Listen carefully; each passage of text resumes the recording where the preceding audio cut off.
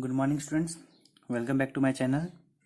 So this is 25th lecture on electrostatic, and in this lecture we are going to discuss about the combination of capacitor. In my last class I have discussed about the three different types of capacitor. They are parallel plate capacitor, spherical capacitor and cylindrical capacitor. Among these three, the first one, that is parallel plate capacitor, is very much important, and today we are going to discuss the combinations of this parallel plate capacitor only. Means we are trying to combine this capacitor in order to decrease or to increase the value of capacitance. Just remember, in the class 10th you all have studied about the series and the parallel combination of resistance. The series combination is used to increase the value of resistance, and the parallel combination is used to decrease the equivalent value of resistance. In similar manner, we are using series and parallel combination of capacitor either to increase the capacitance or to decrease the capacitance. So let's see. So first one is my series combination. Now how can we understand that a given combination is series combination? This is very much important. Now suppose these are the three capacitors I have taken. This is capacitor C1, capacitor C2 and capacitor C3. Now in which manner I have taken? See, the first plate is connected to the second capacitor and the second capacitor is connected to the third capacitor. And suppose I connect this complete arrangement with a battery and with a voltage V. Now here is the main thing. Now see, if this plate is positive, this is positive plate, so accordingly this plate will also get positive charge, and if this is positive charge, this plate is going to induce negative. If this is negative charge, then same amount of positive will induce here. If this is positive, the same amount of negative will induce here, and so on. Now you can say one thing, that the charge on each capacitor is same. The same amount of positive builds the same amount of negative. This negative builds the same amount of positive, negative, positive, negative. Such combination plus minus is said to be series combination. So two important things which you have to remember in series combination, that is, in series combination charge remain same. How many capacitors you take in series, in all those capacitors your charge will remain same, but what is going to change? Potential is going to change. Suppose this is first capacitor with potential V1, this is potential V2 and this is potential V3. That is, potential will be different. Just remember these 2 points. It is very useful in numerical, that in series combination your charge remains same but your potential is divided. Total potential is V. This potential V is divided into V1, V2 and V3. So we are using this concept. Total potential V is divided into V1 plus V2 plus V3.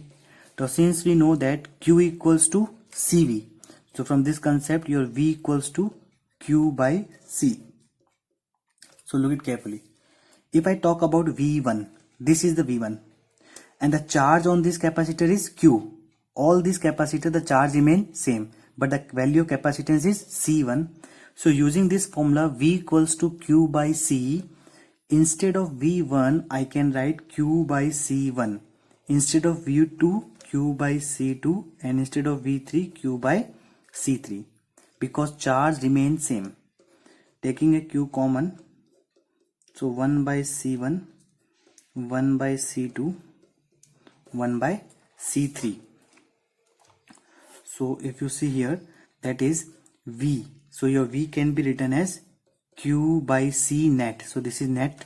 It is Q times of 1 by C1, 1 by C2, 1 by C3. Cancel out in Q to Q.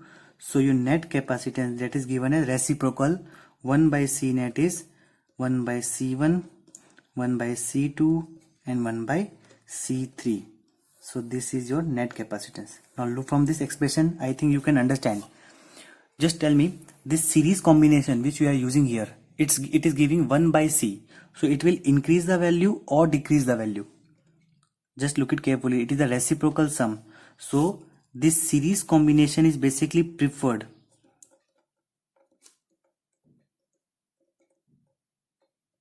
So this combination is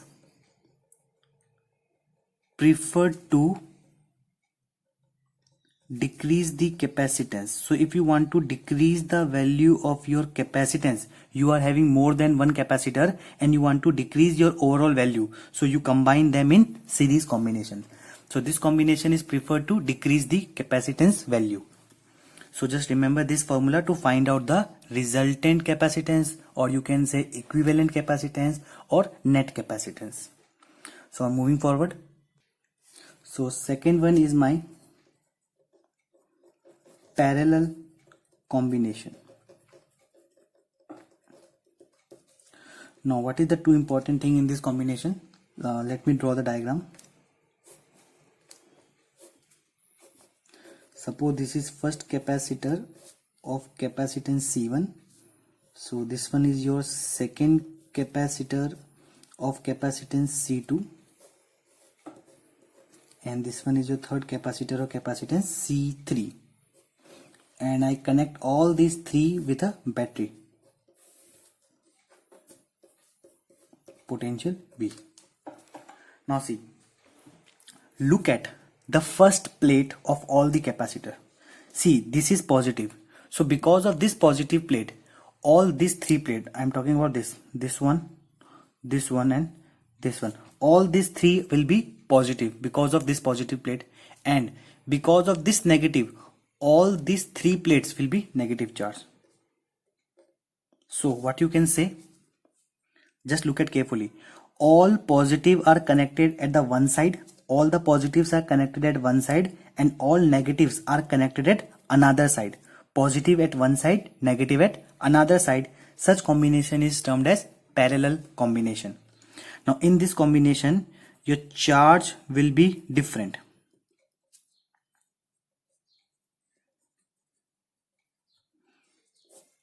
But in this case, see, all the charge are moved from point A to point B. I mean to say that the same amount of work is done to move a charge from A to B via this path, via this, or via this. So if work done is same, then just remember your potential V is given as W by Q. So if work is same, that means potential will be same. So in parallel combination, we are talking about this parallel combination, potential remain same. So if this is potential V, so this will be of V potential, this will be of V potential, and this will be of V potential. Suppose I take a battery of 100 volt and I connect 10 capacitor in parallel, then all those 10 capacitor will have 100 volt. Each capacitor will be having 100 volt. So in parallel combination, potential remains same, but your charge is different. Now suppose total charge is Q. It is divided in the Q1, Q2 and Q3. So this is the division of charge. So total charge Q divided into Q1, Q2 and Q3. Now as we remember, Q equals to CV. So instead of Q1, I can write as C1V. I am not writing V1 because potential remain same. So only V will be using here. Instead of Q2, we can write here as, so instead of Q2 you can write C2 times of V, and instead of Q3 you can write C3 times of V. So taking a V common, C1 plus C2 plus C3 times of V, and instead of Q you can write C net times of V. So just look it carefully, cancel outing from V to V. So your net capacitance is simply C1 plus C2 plus C3. So I mean to say that if combination is given in parallel, then you just add all these three 3, 4, 5, how many capacitors are given, doesn't matter.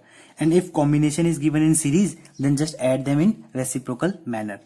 So see, this combination will be preferred to increase the value of capacitance. Just remember, series combination is used to decrease, and this combination is preferred to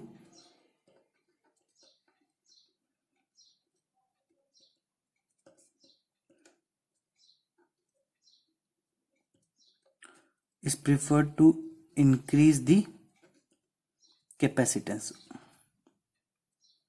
So these are the two concepts of the combination of capacitance. So let's move to the next topic.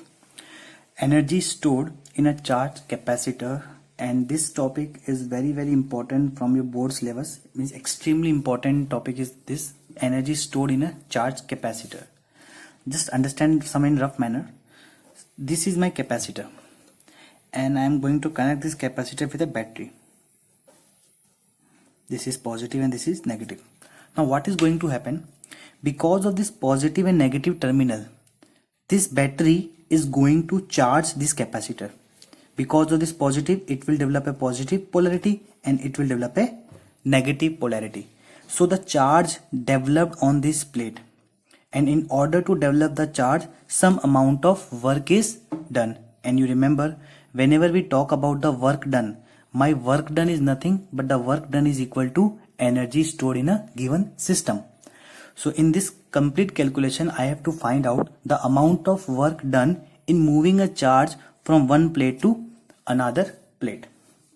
So let me consider.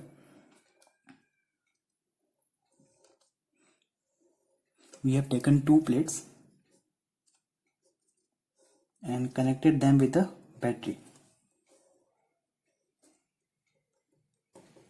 Potential V. Suppose this is of plate with a positive charge, that is plus Q, and this is plate with a negative charge, minus Q. So the direction of electric field will be from positive to negative. Now what is going to happen? See, because of this electric field, a small charge minus dq, consider a charge as minus dq. Now where this minus charge will flow? This minus charge will flow from negative to positive. So a small charge dq will flow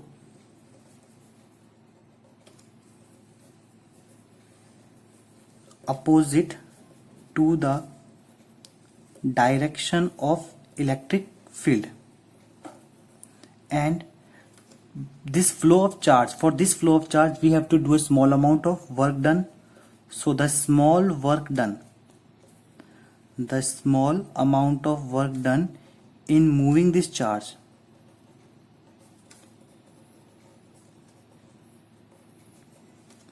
So if you remember, that is small amount of work done.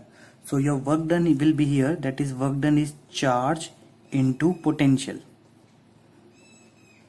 Work done is W, potential is V, and the charge which we are moving is dq.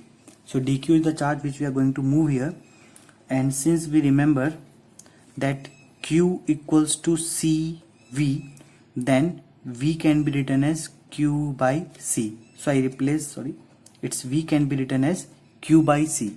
So replacing this v as q by c times of dq. On integrating, we are integrating just to find the total work done. So total work done W, taking c outside, integration of q dq.